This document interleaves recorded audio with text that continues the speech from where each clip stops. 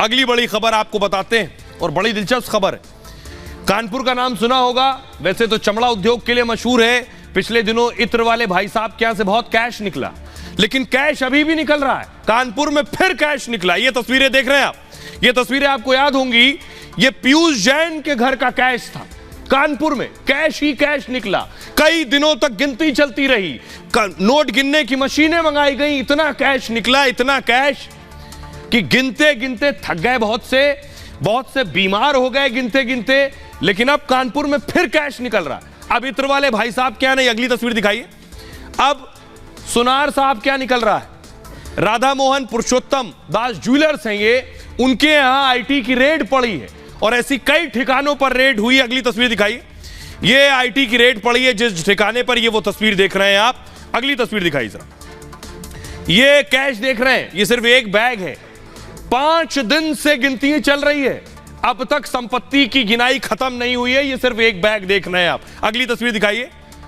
ये देखिए counting machine यहां भी पहुंच गई है। तो कानपुर में एक एक कर कैश निकलने का सिलसिला जारी है। जरा देखिए, इत्र के बाद सुनार, कैश ही कैश। देखिए रिपोर्ट।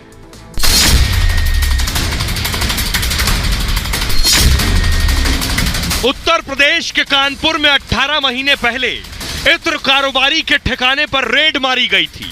उस वक्त भी इतना कैश बरामद हुआ था कि लोगों की आंखें चौंधिया गई थीं। अब एक बार फिर कानपुर में आयकर विभाग की बड़ी कार्रवाई जारी है। इस बार भी करोड़ों का कैश और सोने के बिस्किट बरामद हुए हैं।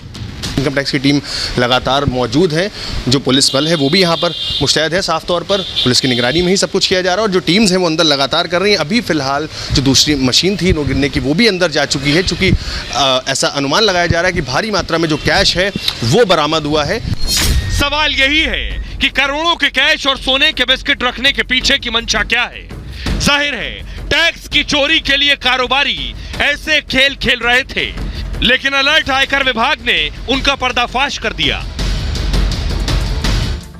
आइए अब मैं आपको बताता हूं कि कितना कैश निकला है। पैसा ही पैसा। 5 दिन से गिनाई चल रही है, अब तक गिनती कैश की खत्म नहीं हुई है। अभी न जाने कितना और मिलने वाला है।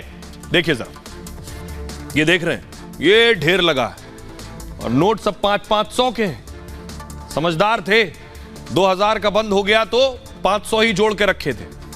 और ये देखिए सोना भी देख रहे हैं आप, सोना भी निकला। इनको पहचानते हैं, ये भी कानपुर से हैं। इत्र वाले पीयूष जैन बहुत दिन जेल में रहे, अभी जमानत पर बाहर आ गए। कानपुर में इत्र कारोबारी पीयूष जैन के यहां रेड हुई थी।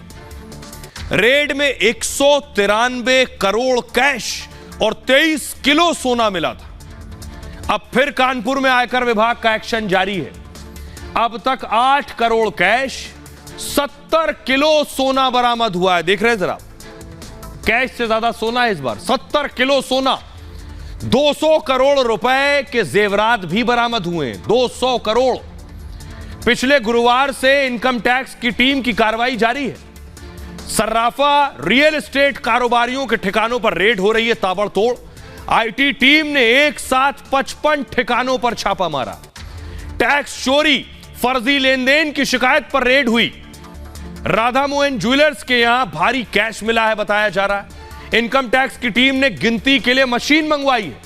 Radha Mohan jewels and limited, Monica jewellery और द्वारिका प्रसाद महादेव ज्वेलर्स, ये वो दुकानें हैं, ये वो स्टोर्स हैं जहां ये रेड हुई है। ऋतु हाउसिंग के आइए आपको विरोधियों की ताकत बताते हैं। इस मीटिंग में कौन कौन से नेता थे, उन सारे नेताओं को जोड़ दें तो क्या मोदी को रोक पाएंगे। देखिए जरा, पटना में कौन कौन मिले।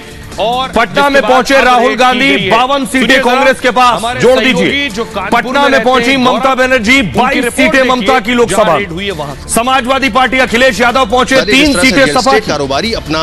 उद्धव ठाकरे पहुंचे, 18 सीटें उद्धव की, लेकिन अभी 18 बची नहीं है पूरी, जिसमें क्योंकि शिंदे वाली शिवसेना में बहुत से सांसद द्वारा जो फर्म है वो नीतीश कुमार और जो 16 सीटें वो किया जा रहा था। जेडीयू की इस बैठक में थे, शरद पवार इस बैठक में थे, 4 सीटें उनकी के नाम पर दिखाई गई थी। तेजस्वी यादव इस बैठक में थे, उनके पास कोई सीट नहीं है, 0। आम आदमी पार्टी का एक सांसद है, अरविंद केजरीवाल भी थे, स्टालिन भी थे। डीएमके 23 सीटें लोकसभा की, डीएमके की जोड़ दीजिए उमर अब्दुल्ला थे, नेशनल कॉन्फ्रेंस के नेता, इस बैठक में 3 उनकी जोड़ दीजिए।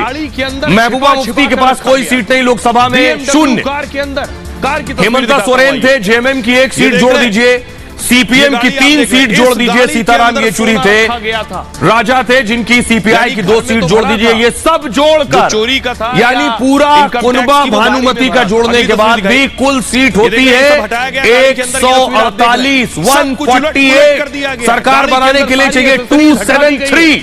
कितना पीछे अब आप समझ सकते हैं। लेकिन वोटिंग परसेंटेज देखिए जरा इन सबका। वोटिंग परसेंटेज मैं इसलिए कह रहा हूं कि ऐसे बीजेपी प्लस के पास 352 है, इनके पास 148 सीटें। वोटिंग परसेंटेज मिलाकर हो जाता है 27.43%, यानी 27.5% भी मानिए तो मोदी के पास, मोदी प्लस के पास है 45% वोट, और सारे विरोधी मिलाकर है 27.5% वोट। सब मिलकर भी क्या कर पाएंगे अब आप अंदाजा लगा सकते हैं। लेकिन सवाल बड़ा है, सवाल बड़ा यह है कि मोदी अमेरिका में, जो लोग अमेरिका में हैं वो तस्वीरें देख रहे हैं, पटना में मोदी को हराने की तैयारी हो रही है। अमेरिका के लोग क्या कह रहे हैं इस तस्वीर को देखने के बाद सुनिए जरा। मैट के नीचे सोने, हर हर मोदी, घर घर मोदी, हर हर मोदी, घर घर Modi. I love you Modi ji.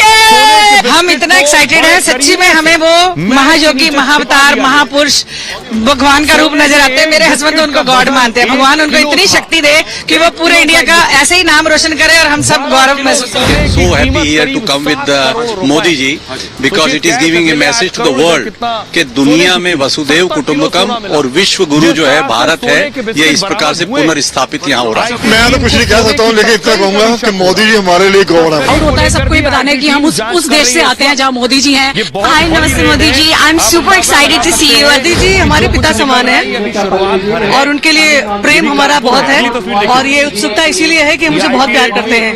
We are very proud being Indian.